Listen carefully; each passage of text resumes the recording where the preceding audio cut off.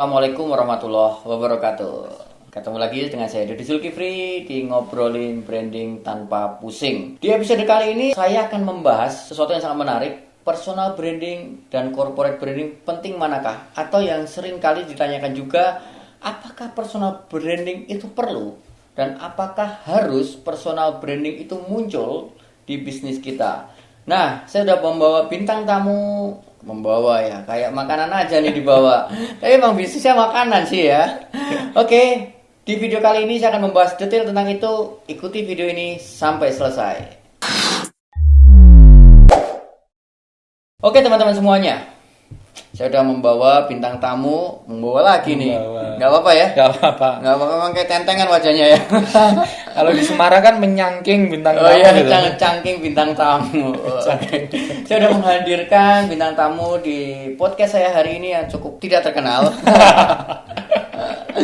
Yaitu Mas Bagas. Siap Mas, Alhamdulillah. Alhamdulillah. Mas Bagas ini siapa sih? Nah nanti kita tanya-tanya aja sendiri dulu ya. Mas Bagas, nama panjangnya siapa? Panjangnya Bagas Alimpat Panggrahita Purwateksa. Pelan-pelan Mas. Bagas Alimpat Panggrahita Purwateksa. Saya nggak tahu apa artinya, jadi tolong jangan ditanyakan itu Mas. Oke. Ini menarik sekali ya. Namanya panjangnya Masya Allah. Panjangnya Masya Allah. Oke, berarti cukup panggil Bagas saja. Bagas saja. Nggak Pat ya tadi. Jangan. Pat nanti ketemunya di Top Itipat. Top Itipat kan brand sebelah. Oke. Ini mungkin coming soon-nya Top Alimpat gitu. Oh gitu. Mungkin. Oke. Lucu juga dia ya. Mas Bagas. Mungkin teman-teman gini. Mungkin teman-teman nggak kenal Mas Bagas itu siapa. Saya tanya juga followernya masih 11k. Kalah lah sama saya. Saya dapat 40k. Siap Mas. Siap. Ya YouTube Mas. Nggak punya. Kalah dia sama saya. Saya punya subscriber saya sudah 10.000. Sombong dikit ya, sombong iya, ya. Siap. Oke. Mungkin teman-teman tidak mengenal siapa Mas Bagas, atau mungkin juga ada yang mengenal tapi mungkin kayaknya lebih banyak nggak kenal. Tapi nggak apa-apa, nggak penting. Tapi yang paling penting kan cuannya. Yang paling penting cashnya, yang paling penting profitnya. Nah, Mas Bagas ini adalah orang di belakang brand-brand terkenal. Wah, ini Dewa Snack. Nah. Kemudian Tela Sparta. Kemudian snack Kirun Makarun. Kalau di total sebenarnya ada 12 brand Mas. Total semua ada 12 brand. Ini teman-temannya Dewa Eka Prayoga ya di sini. Oh, yang satu grup di Dewa Snack. Dewa Snack ini. Ini 3 brand ini. Pisang, makaroni sama Tela. Pisang, makaroni dan Tela. Jadi kalau kita pernah melihat 3 brand ini, artinya orang di belakang snack-snack di Indonesia adalah Mas Bagas Alimpat Panggrahita Purwateksa. Nah, bingung ya, kan? Itu tadi ya. Sengaja dibuat bingung. Oke Mas. Ini sebetulnya ada beberapa pertanyaan dari klien-klien saya dan banyak yang juga yang nanya, Mas saya itu nggak nyaman untuk personal branding. Saya nggak nyaman untuk muncul. Dan saya menemui Mas Bagas ini, kalau boleh saya bilang ya, sebenarnya juga nggak muncul juga kan? Nggak muncul sama sekali kan? Nah, mungkin begini, saya analogikan. Kalau kita pernah mengenal dalang dan wayang ya, tahu ya. Dalang dan wayang, ini wayang-wayangnya dan dia dalangnya. Dan dalang dan wayang biasanya duitnya banyak dalangnya.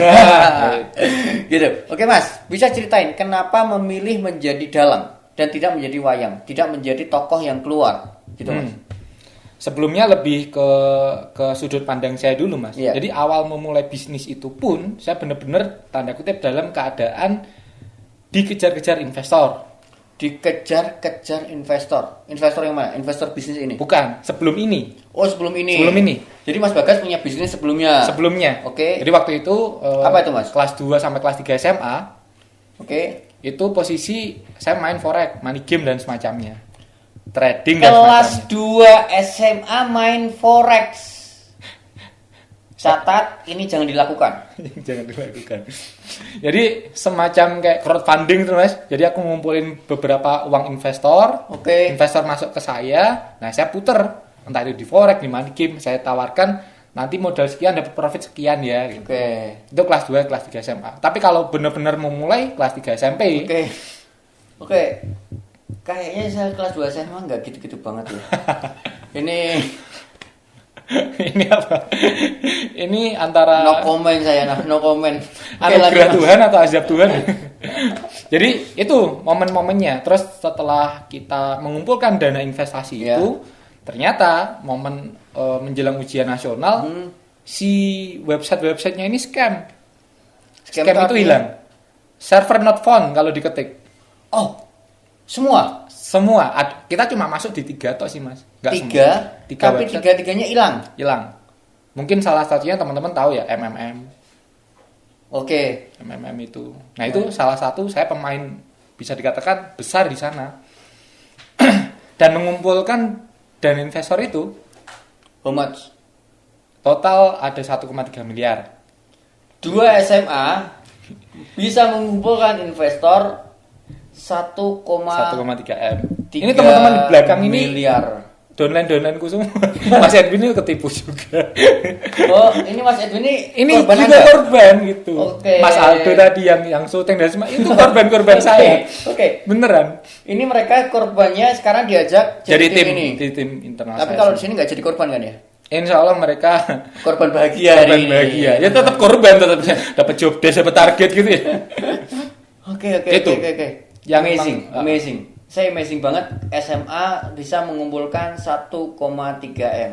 Saya pikir waktu SMA kisah saya aja yang fenomenal, kisah saya aja yang wow, ternyata ada yang jauh lebih wow dan saya sungkem nih yang SMA udah bisa mengumpulkan uang 1,3 miliar. Top Mas Bagas. Kok top hilang Mas duitnya? Ya itu endingnya nggak baik. Iya, endingnya nggak baik. Tapi ada poin penting yang ingin saya garis bawahi adalah anak SMA bisa membuat orang lain percaya. Nah, mau naruh duit sebesar 1,3 miliar dan itu nggak mudah. Awalnya gitu Mas. Tapi kalau dijalankan mereka bilang kan, ini investasinya nggak masuk akal Mas. Dia bilang gitu rata-rata. Iya memang betul nggak masuk akal, tapi masuk rekening Pak. Nggak percaya ini mutasinya. Selesai, realistis di situ. Oke. Kan bener. Mereka bilang nggak masuk akal karena memang belum ketemu itu. Iya. Tapi kalau udah tahu mutasi dan semacamnya, ya yakin percaya, ya wis lah. Masuk. Awal cuma 100, ketagihan 100 juta. 100 juta. Awal cuma 100. 100 juta tuh nggak cuma ya. 100 juta tuh gede. Dari M itu loh Mas. Oh, dari M. Dari M-nya kan 100 kan kecil. Jadi awalnya nggak langsung 1,3 itu. Jadi ya teman-teman kayak ini muda-muda semua di belakang ini. Ada yang masuk 25 juta, ada yang masuk 50. Tapi karena ini kita menawarkan profitnya atau benefitnya adalah margin profitnya itu, ya wis. Akhirnya mereka modal ditambah lagi, ngajak teman lagi, modal tambah lagi gitu. Dan hilang. Poin penting yang ingin saya garis bawahi adalah cara komunikasi. Bisnisnya tidak masuk akal, tapi masuk rekening. Pola komunikasi yang menarik membuat orang percaya. Itu seakan-akan mematikan logika. Entah bahasa NLP, bahasa apa yang dipakai, tapi itu faktanya iya. Belum tahu NLP itu apa aku Mas. Iya, belum tahu. Itu terjadi 2 SMA loh. Kelas 2 SMA. Oke, kemudian Mas, setelah berjalan tahu-tahu pas ujian akhir. Ya, ujian nasional. Menjelang UNAS. Menjelang UNAS belum. Berapa UNAS. bulan sebelumnya? Seminggu. Tryout Diknas ketiga. Lebih tepatnya. Saya ingat betul itu April 2015. Sampai ingat bulannya biasanya tuh memorable banget tuh. Iya loh Mas, piye diuber-uber ya, agak memorable. Websitenya down. Hilang. Kantornya wallahu alam di negara mana. Bisa jadi juga ada di Indonesia, tetangga sebelah rumah tapi nggak tahu. Iya kan? Tahu hilang. Apa yang Mas Bagas rasakan pada saat itu? Dunia sesiang-siangnya, matahari sesinar-sinarnya tetap gelap Mas. Apalagi malam loh ya. Jadi lampu sebentar-bentar ya Mas ya. Tetap kok petengnya ya rasanya ya urip ya. Jadi gelap banget gitu rasanya. Bahkan kita berpikir itu kalau ketemu hari besok kayak ojo sik lah gitu. Sampai di momen itu. Pernah mungkin di kendaraan ketika nangis itu sampai nangis bahwa itu apa sih? Dan itu tanda kutip investor kan nggak mau tahu itu posisi. Mereka bodo amat tentang piye caranya duitku balik no. Itu nerornya itu nggak cuma sekedar kapan uangku kembali, enggak ya COK itu ya. COK tuh? Iya luar biasa kan bahasa Jawa ini kan. Jadi Okay. bahasa sayangnya COK bukan beb mas. Itu lebih bergetar daripada jatuh cinta, itu lebih bergetar rasanya. Anak muda bukan dipanggil beb itu kan orang udah bergetar. Ini COK mas. Balekno duitku.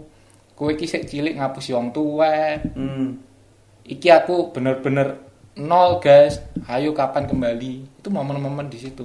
Dan itu masuk nggak sekedar online loh mas, offline juga. Nggak cuma sekedar chat gitu, tapi mereka juga menyerang secara benar-benar. Sedalam apa, setragis apa? Nanti tak share screenshotnya ya mas. Itu yang menyebabkan saya kenapa kok di belakang. Jadi di Facebook itu sempat ketemu beberapa investor yang posting foto saya itu. Coba boleh lihat mas, ada. Ini yang di offline, ini yang di online. Ini boleh di-share nanti ya? Boleh nggak pak? Kan wis lunas.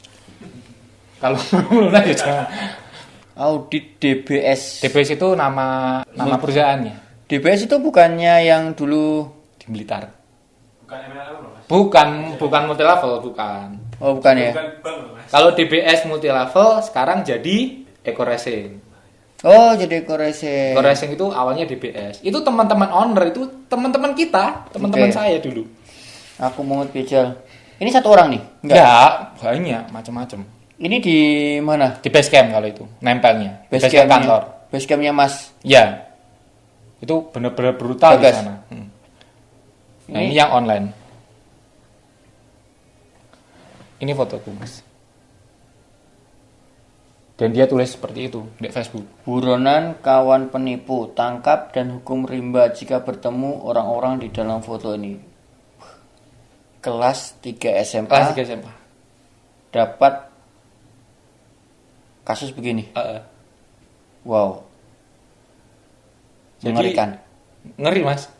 Jadi banyak orang yang ngeluh di awal malas posting di Facebook gitu loh. Nah, aku ada Facebook tapi bukan malas posting. Ketika posting isinya yo komen-komennya kan duitku Kebun binatang. kapan. Padahal peluang usaha itu reseller dan macam. Iya. Berat banget di situ. Oke. Karena itulah Mas Bagas di awal Itu sederhana di situ. menyadari kesalahannya kira-kira. Salah. Dari kesalahannya dan kemudian pengen bangkit. Tapi kalau saya jualan di Facebook pasti diserang. Serang. Di sosmed lah, bukan di Facebook. Ya maksudnya di sosial media pasti diserang, pasti dicari orang. Itu waktu ke rumah datang ke rumah. Datang, Mas. Orang tua gimana? Nah, posisi orang tua tanda kutip. Mas sambil diminum Mas. Iya. Aku tak ini ya, Mas. Oke. Salah apa tuh? Jadi posisi orang tua lebih ke karena basicnya juga pengusaha Mas ya, orang tua itu. Jadi posisi ayah pun juga dalam keadaan punya hutang. Oke. Jadi debt collector dan semacamnya itu udah makanan sehari-hari gitu loh. Jadi ketika kalau debt collector kan malah lebih dobrak loh. Yeah. Tapi kalau investor sebenarnya tipsnya gini Mas, sebelum mereka datang kita harus janjian. Jadi sebelum mereka nyerang kita, mending kita janjian ketemu aja. Toh tanda kutip kita nggak salah. Kita itu nggak ada niat melarikan itu. Yeah. Dan uang nggak masuk ke saya loh. Yeah. Jadi di sisi itu saya membuat tanda kutip ketakut wajar manusiawi, tapi di sisi lain ada sisi yang ngapain harus takut? Ya, ya berani aja. Betul. Jadi rata-rata ketika mereka kena utang atau apapun, mereka defend bahkan hilang. Itu hal salah. Mending ofensif, maju, ayo ketemu Pak. Itu Mas Bagas lakukan. Itulah, ya itu yang saya lakukan. Itu Mas Bagas lakukan. Saya nego. Kelas 3 SMA menghadapi investor, berapa banyak investornya? Kalau di total sih, total 13-14 Mas. Ada menghadapi 14 investor yang totalnya 1,4 miliar. Bisa menyatakan hadapi saja sampai dan ini. Jangan bersembunyi. Ini fotonya. Ini waktu menurut saya sangat keren sekali untuk ukuran anak kelas 3 SMA. Iya loh Mas, dulu. Ya ini mereka marah-marah gini. Ini foto-fotonya, ini foto sama temen. Itu waktu aku jelaskan. Orang tua support. Alhamdulillah support, aman. Oke. Karena posisi mereka basicnya juga pengusaha. Jadi tahu resiko-resikonya ya. Paham resikonya. Apalagi ayah kan properti. Kemudian solusinya adalah Nah, solusi di sini akhirnya ketika sebenarnya kalau kita ofensif ke mereka, kita bisa ngasih jeda waktu kok. Mereka itu kan bukan tanda kutip bank toh yang butuh deadline sekian. Jadi saya tetap kembalikan. Santuy Pak, santuy Mbak, santuy Bu. Saya tetap kembalikan. Tapi momennya kapan, waktunya kapan, tenang. Jangan terus-terusan. Tapi semisal mau ketemu, ayo ketemu. Saya ke rumah nggak apa-apa. Nggak usah perlu ke rumahku. Nggak usah ketemu, nggak usah chat. Toh, tenang. Kita bikin grup. Jadi saya laporkan daily activity saya. Saya itu sekarang seperti ini. Kegiatan saya awalnya seperti ini. sampai dibikinin grup. Tapi WA atau BBM waktu itu? BBM. Masih BlackBerry ya? Masih belum. Oke. Jadi di momen itu emang bener-bener wes ngeblank lah posisi. Ya wes gak tahu ngelunasin pakai apa, aset gak ada yang dijual posisi. Harta juga, yo hartanya siapa. Jadi ya wes lah, bismillah. Kita tanggung itu, yaitu kalau Kang Dewa bilang kan leadershipnya di situ gitu. Jadi ada poin leadership. Betul. Ada harus di situ, handle. Betul. Apapun itu bukan salahmu atau itu. Betul. Dan itu memang ciri-ciri seorang leader. Leader.